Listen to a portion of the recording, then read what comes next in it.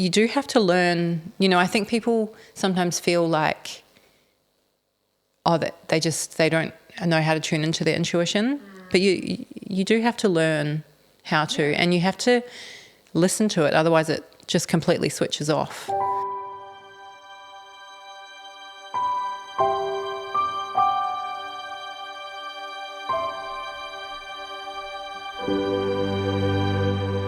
Hello everyone, and welcome back to No Place Like Home. I'm Jess, and we are here with my wonderful boss and co-host. Oh, don't do that. Hello Larissa.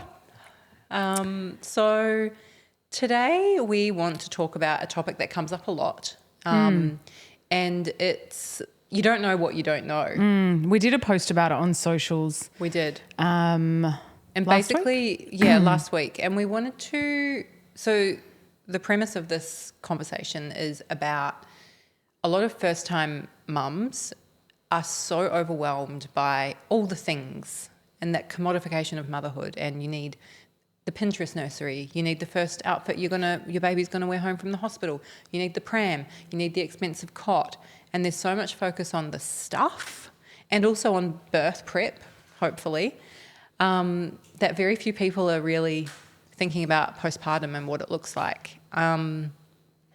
It came up when we spoke to Ufern a number of episodes ago. We've spoken about it a couple of times. And even, Vaughan and I have noticed when we go to baby expos and things like that, no one cares about postpartum meals, no one cares about postpartum books, unless they've already had a baby, and then they get it. Yeah, it's really a first-time mums thing. And we've been talking and thinking about this for a couple of weeks now in particular. I can't remember what triggered it. But well, actually, it was because you offered... yes. Yeah, so you were speaking to someone about home and you very kindly offered them a complimentary stay and they declined that offer and said they don't think they'll need it. And that was kind of a light bulb moment because it brought us back to this conversation that keeps coming up about you don't really know what to expect when your baby gets here. And the way motherhood is portrayed by the media is so radically different to what it's actually like. And people think babies just sleep all the time and feed. And there's so much more to it, and you're so exhausted. And sometimes you can't put your baby down to do a wee, let alone make a meal. So having a bit of preparation in place can be so, so beneficial. And as a side note, I also want to say a very old friend of mine gave birth for the first time a couple of weeks ago. And when I asked her how she's doing, she said absolutely amazing. And she beautiful. said her midwife asked her how she's doing and she said amazing, and her midwife couldn't believe that that's how she responded, because most first-time mums are not doing amazingly in their first couple of weeks after having a baby. And she attributes it entirely to our podcast and Life After Birth. Really? She's like, I've listened to everything. I've read your book. I felt so prepared. I went in armed with so much knowledge. Even when her birth took a crazy turn and she ended up having to fly in a helicopter to a hospital while her partner drove 3.5 hours. She was completely calm the entire time. She knew how to advocate for herself. She denied an induction until he arrived because she didn't want him to miss her birth.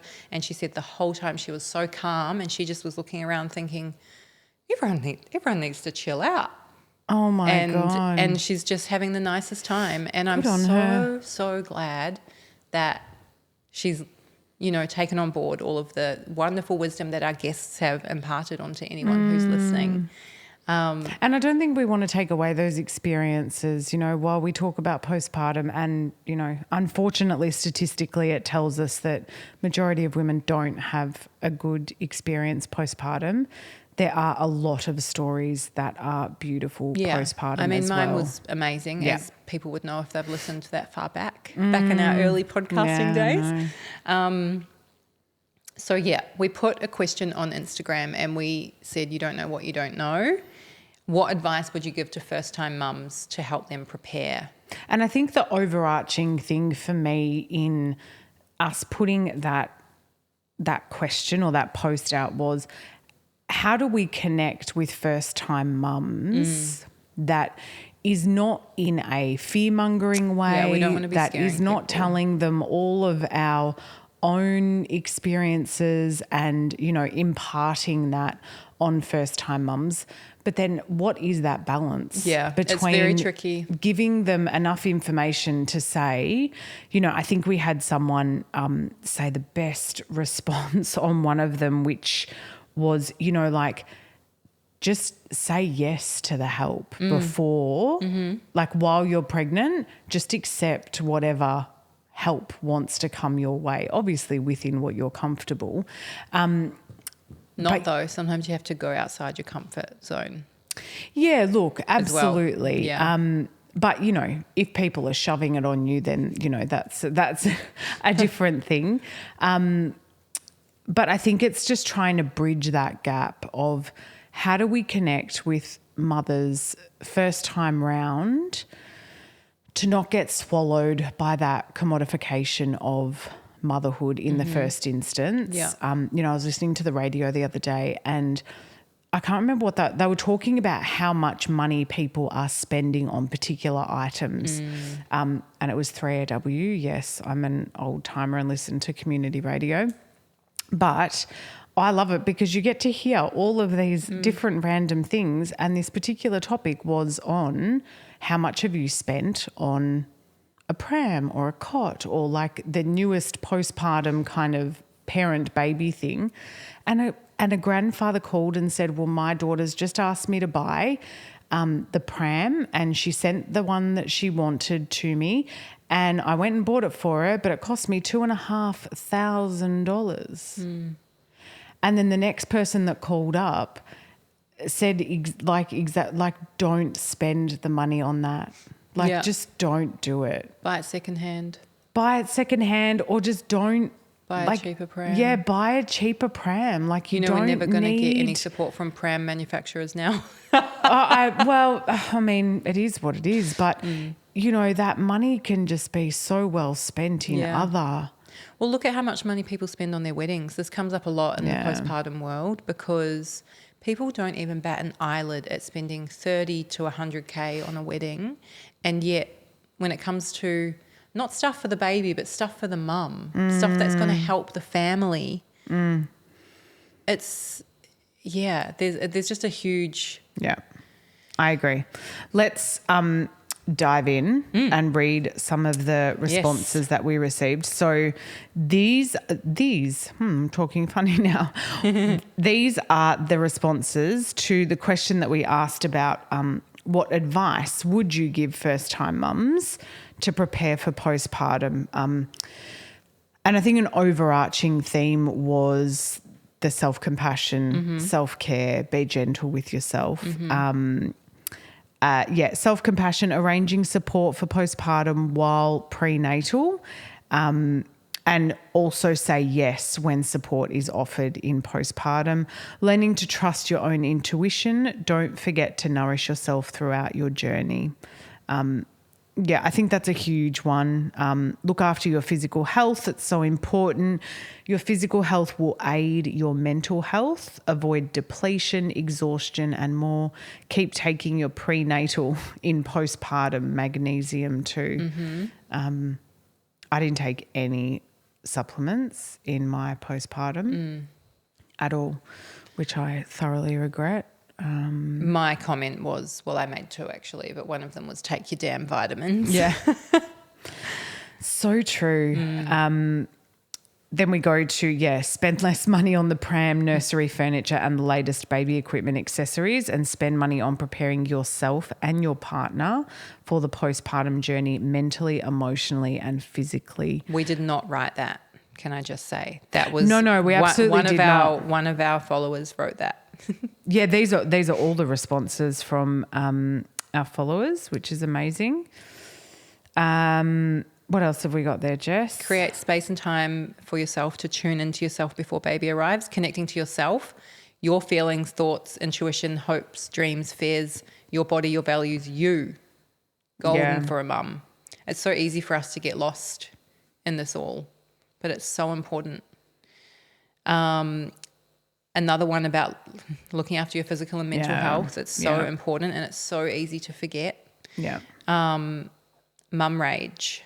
So Gosh, I feel like I knew loads about depression and anxiety, but who is this raging person? And suddenly what feels like the weight of the world is on my shoulders, paired with guilt and uncertainty. I'm a good mum, was built for this. Am I doing it right? No one told me this is common and when to seek help. Yeah. Yeah, that was a big one. When I read that, I was like, yeah, I know that. I know that feeling. We are planning a full episode on mum rage, but a book came out about mum rage that I really want to read before we record it, which is why I haven't put it in our schedule. You have mentioned that, yeah. Yeah, the mum rage is real. And then the questioning of exactly what this follower has said about who is this person, where does it come from, certainly sends you down that path of depression and anxiety in some people's cases. Yeah, it is common. Mm-hmm. Very common. Not talked about enough, I don't think.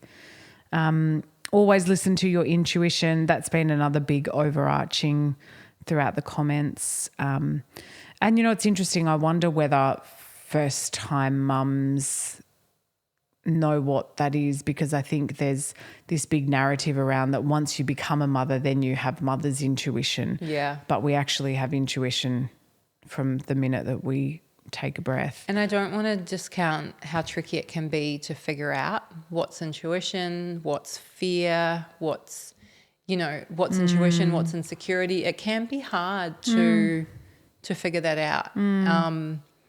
For me, it's how my body responds. It's not a gut feeling, it's up here. And it's a yes or a no. Yeah. And it's so strong. But you do have to learn, I think people sometimes feel like, that they don't know how to tune into their intuition. But you do have to learn how to, and you have to listen to it. Otherwise it just completely switches off.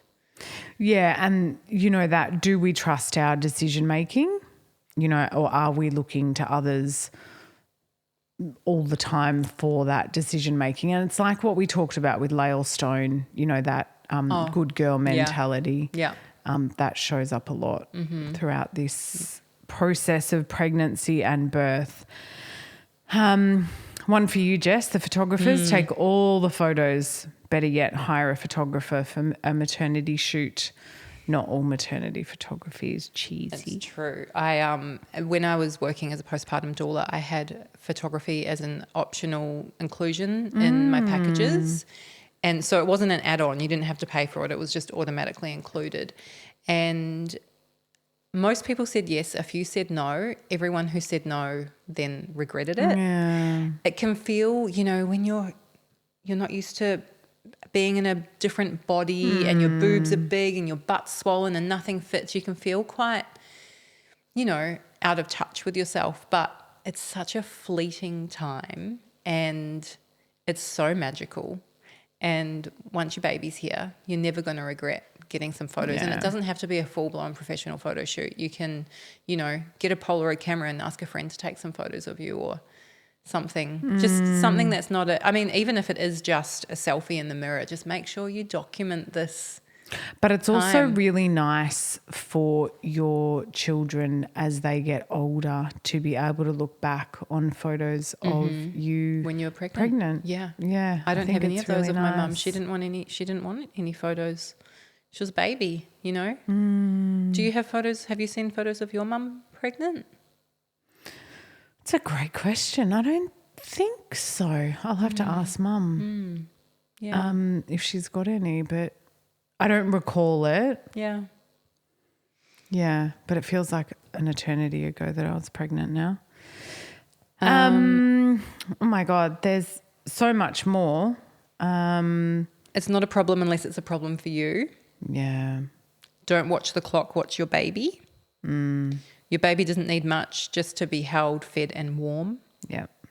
Block out all of the opinions and noise and listen to your gut. I mean, again, that's coming back to intuition. But then it goes back to what we were talking about before. Like, how do we connect with first-time mums when sometimes the advice is don't listen to everybody's opinions, just trust yourself. Well, and now we're being hypocrites right now because we're saying, listen to our advice about what advice to take. Yeah, but this is what I mean. This is exactly the balance of how do we impart that. It's like the benefit of hindsight. Hindsight is 2020. But you kind of don't want to impart your own experience. You want it to be sort of a generalized, like, you know, like second time mums will say, I just wish I had have prepared meals, or, you know, the common threads instead of that own personal experience, like even the generalized, you know. And there are overarching themes even in all of the responses that we've been receiving, you know, and a lot of them are listen to your intuition, don't spend all the money on all the things, and prepare food for yourself after. This is a really good one, and I can relate to it a lot. You might lose some friendships, but you'll make new ones. If you want a village, you need to nurture it for it to thrive. The right ones will stick around. You know, sometimes I find friendships and motherhood really interesting because even if you have a baby at the same time, actually we spoke about this in the Sister Wound episode. So it's one thing to have a baby at a different time to your friends because they can't possibly understand the life phase that you're in. If they've had babies already, they might remember what it's like, but even then sometimes they're so wrapped up in their phase of motherhood that it's really hard to relate to that newborn postpartum phase. And equally, you might have a baby at the same time as your best friend and then realize that your parenting styles and the way you do things are so different that it creates tension. So, yeah, it's really difficult, and it can, you know, you're already going through such an immense identity shift when you have a child. Losing friendships on top of that is so hard, but it's okay. You know, you're creating space for the right people to come in. So just trust the process. Definitely. We had a really long one here, but the amount of then love heart likes it got, a lot of people this resonated with. You don't need to people please in this new stage of your life. You don't need to be a good girl anymore. Your high achieving ways won't serve you here. It's okay to be brand new at this. It's okay to be frustrated by this. It's okay to feel real anger, grief, sadness, and loneliness during this cracking open of the self. The only way through it is through it. Pull in a village, pull in wise women. Yeah. That's Sammy. Yeah. She's so beautiful. Yeah. She's a doula in Brisbane, so sadly, you know, sad for us, but very good for all of our Brisbane our Queensland Brizzy listeners. You know, there's lots of beautiful things that she goes on to but I would encourage you to go back and have a look at her. Have a read because it. Her full comment. It is. She does say at the end, every single thing you write will include a typo. It's the new you. Get used to it. So true. You do you, mama, and don't compare yourself to anyone. You got this. You are amazing. And then we've got nothing can prepare you. That's the hardest part. It's true. It is very true. Yeah. And meal prep. Look after yourself and be kind. So, all amazing feedback and, there was a bit of banter in between all of those as well with some of the replies. And then we did another one as well. If you're preparing to welcome your first child, what topics do you want to know more about? Now, again, interestingly, you know, a lot of second, third, fourth time mums responded to this because, it's just... I think we want to give as much of a heads up to first-time mums as we can without, you know, shoving it down their throat. Yeah, it's about being prepared. It's not.